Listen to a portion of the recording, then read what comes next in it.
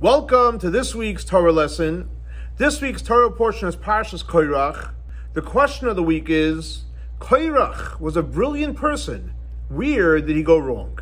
So in this week's Torah portion, we learn about Korach rebelling against Aaron, and the question is, where did Korach go wrong? In other words, we know Korach on one hand was from the tribe of Levi. He was a Levite. Korach brought down in Kabbalah and mysticism that Korach was brilliant. He was very, very smart. Not only that, Korach envisioned the infinite revelation, what it's going to be like when Mashiach is going to come.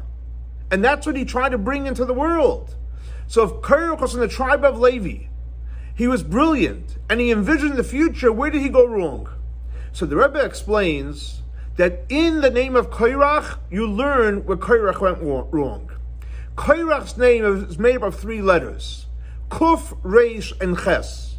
If you take the two outer letters, Kuf and Ches, and you read it backwards, you have the word Choik, statue.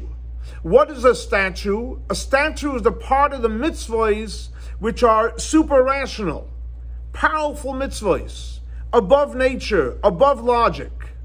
So on one hand, that's what Korach had within him, and he was connected to it. But on the other hand, Korach had a reish. What is a reish? The letter reish in the alphabet resemble. So if you look at a reish has a vertical line and a horizontal line. Only two lines. What does that resemble spiritually? The first line resembles the idea of thought. The second one resembles the idea of speech. But on the other hand, what was lacking by Korach was, he was lacking action. So he had all the great ideas. He was able to schmooze the crowd, but he had no action plan. So to answer the question, how did Korach, a brilliant Levite, go wrong? Korach went wrong because he didn't have an action plan. And a brilliant person without an action plan is a recipe for disaster. Thanks so much for joining us for our weekly Torah lesson. This week's Torah lesson is dedicated to the memory of Baruch ben Aryeh Leib, Shlomo ben Yosef, and Rachel bas Lipa. May their souls be elevated by the Torah we're studying in their memory.